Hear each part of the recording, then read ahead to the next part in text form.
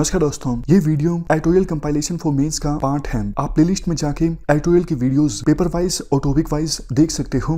और अगर आप दिसंबर 2019 के बाद की वीडियोस को देखना चाहते हो तो वीडियो के नीचे मौजूद ज्वाइन बटन की सहायता से आप मेंबरशिप को ज्वाइन कर सकते हो। चलिए डिस्कशन स्टार्ट करते हैं। आप जीएस पेपर 3 के इस टॉपिक से आर्टिकल को रिलेट कर सकते हो। ये आर्टिकल लिखा गया है वी सुदर्शन के द्वारा। कल देखो, एक तस्वीर और एक वीडियो काफ़ी ज़्यादा वायरल हुई और कुछ एक्सपर्ट्स के द्वारा कहा जा रहा है ये इंडिया और चाइना के बीच साइकोलॉजिकल वारफेयर और इंफॉर्मेशनल वारफेयर का हिस्सा है। शुरू में ये पिक्चर वायरल हुई, ये चाइनीज़ सोशल मीडिया के हैंडल्स पर ज़्यादा अपीयर हुई। मतलब डायरेक्टली इनडायरेक्टली इस पिक्चर को चाइनीज़ आर्मी के द्वारा लीक किया गया था।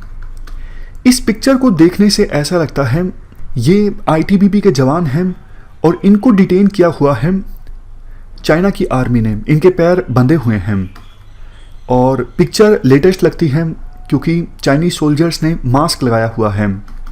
लेकिन ऑथेंटिकेट नहीं किया जा सकता कि ये जो पिक्चर है अभी हाल ही में जो टकराव हुआ इंडिया और चाइना की आर्मी के बीच उससे संबंधित है।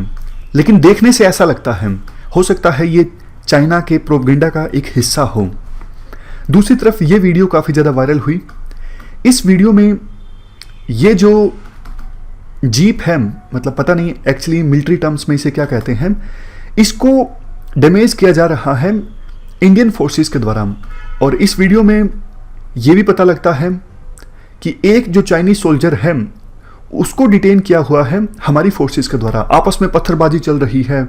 इस साइड ये चाइना की फोर्सेस हैं और इसके पास हमारी फोर्सेस हैं। आपस में आयरन रोड्स और पत्थरबाजी चल रही है। तो ये दोनों वीडियोस कल वायरल हुए, एक पिक्चर एक वीडियो। ऐसा लगता है जैसे पहले चाइनीज अथॉरिटीज ने इस पिक्चर को वायरल किया और बाद में हमारी अथॉरिटीज ने इस वीडियो को वायरल किया। लेकिन आर्मी ने ऑथेंटिकेट नहीं किया। आर्मी ने कहा कि इस वीडियो को हम ऑथेंटिकेट नहीं करते हैं। आर्मी ने अपनी स्टेटमेंट में यह भी कहा कि अभी कोई वायलेंस नहीं हो रहा है। मतलब उन्होंने इनकार नहीं किया कि पहले वायलेंस हुआ था इस एरिया में। उन्होंने सिर्फ इतना कहा कि फिलहाल की सिचुएशन में कोई वायलेंस नहीं हो रहा है। देखो, आज के आर्टिकल में राइटर ये कहते हैं जब भी कोई आर्टिकल आता है या फिर बाउंड्री से संबंधित बात होती है कैसे इंडिया और चाइना के बॉर्डर डिस्प्यूट को सोल्व किया जाए, बार बार ये बोला जाता है कि 1993, 1996, 2005, 2013 ये सारे जो एग्रीमेंट्स हैं ये काफ़ी ज़्यादा इंपॉर्टेंट हैं इंडिया और चाइना के बीच बॉर्डर डिस्प्यूट को सोल्व करने में।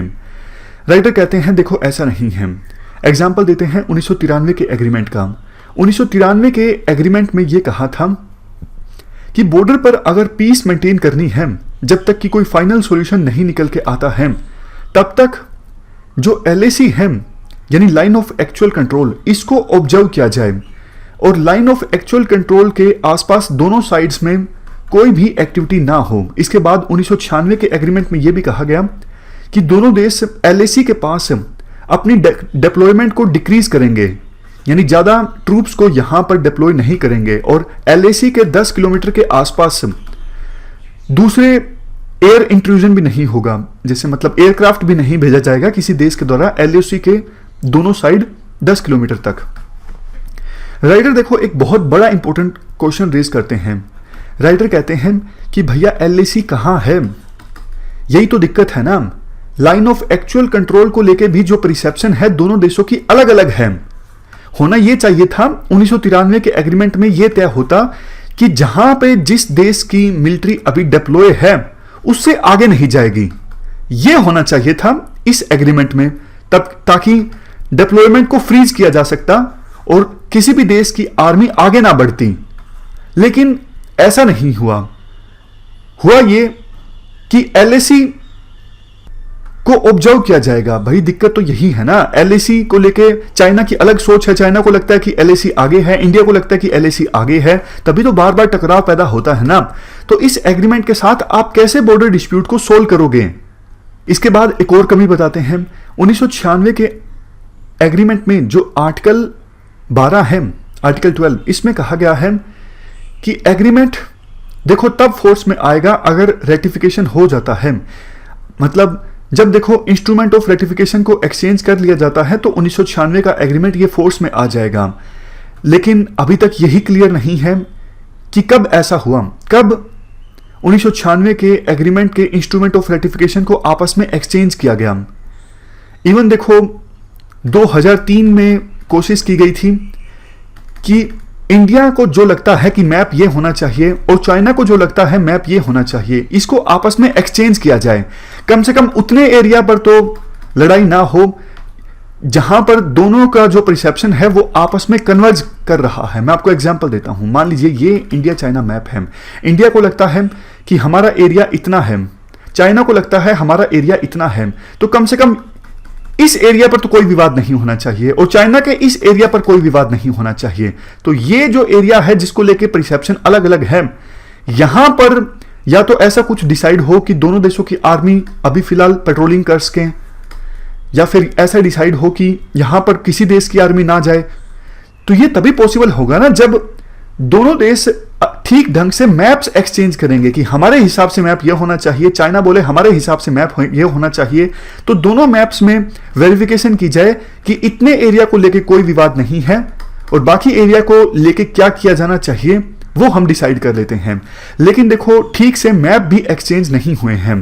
2003 में कोशिश हुई थी लेकिन चाइना ने मैप्स को एक्सेप्ट नहीं किया, तभी बार बार टकराव पैदा होता है बॉर्डर पर, बार बार दोनों देशों की आर्मी आमने सामने आ जाती हैं। तो उम्मीद यही करते हैं कि जल्द से जल्द इस जो ये स्टैंड ऑफ है फिलहाल लद्दाख में, इसे सोल्व किया जाए।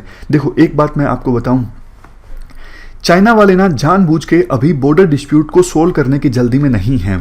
चाइना को एक चीज ये पता है, बॉर्डर पर जब भी टेंशंस क्रिएट होती हैं तो इंडिया पर ज्यादा दबाव आता है। उनका क्या है, देखो वो ऑथोरिटेरियन रेजिम है, वो तो इंफॉर्मेशन को ही बाहर नहीं आने देते। लेकिन हमारा देश एक डेमोक्रेटिक कंट्री है। जब देखो इस प्रकार की पिक्चर सामने आती है तो फिर सरकार के ऊपर ज्यादा दबाव आता है, और जब सरकार के ऊपर डेमोक्रेटिक दबाव आता है ना, जनता का दबाव आता है, तो सरकार के पास ऑप्शंस काफी लिमिटेड हो जाते हैं। ये पता है चाइना को, इसलिए चाइना इस चीज का इस्तेमाल करती है।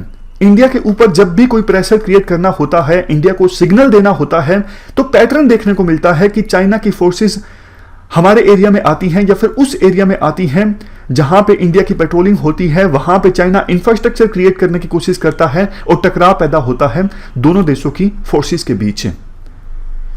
यह हमने आर्टिकल डिस्कस किया इंडिया और चाइना बॉर्डर डिस्प्यूट से संबंधित। इस डिस्कशन में फिलहाल इतना ही है। Thank you very much for discussion.